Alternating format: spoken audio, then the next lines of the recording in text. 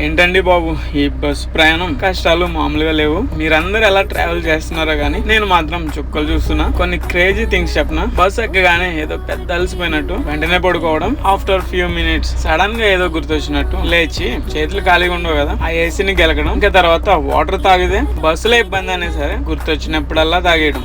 అన్నిటికన్నా పెద్ద కష్టం ఏంటంటే మొబైల్ ఛార్జింగ్ అండి. ప్రతి బెర్త్ కూడా ఛార్జర్ సాకెట్ ఉంటదండి, కానీ మన మొబైల్లో ఛార్జింగ్ లేనప్పుడు 100% అది వర్క్ చేయదు. పక్కన బెర్త్ అడిగితే వాడు చేసే బిల్డప్ ఉంటది, తట్టుకోలేక అడగటం మానేయడం, మొబైల్ ఎవడో ఎత్తుకుపోతాడు దాచి ఛార్జింగ్ పెట్టడం, సడన్లీ మెలుగు వచ్చిన తర్వాత అన్ని ఉన్నాయో లేవో చెక్ చేసుకోవడం, ఫైనల్లీ డెస్టినేషన్ కి రాకముందే అన్ని సర్దుకుని రెడీగా కూర్చోవడం. అసలైన ఇంట్రెస్టింగ్ విషయం ఏంటంటే, అరే బాబు యూరిన్ వస్తుంది పక్కగా ఆపరా బాబు అంటే, వెయిట్ చేయి నేను చెప్పిన తర్వాత దిగుదురు గానీ అంటారు. ఈ లోపు స్టమక్ మొత్తం ఫుల్.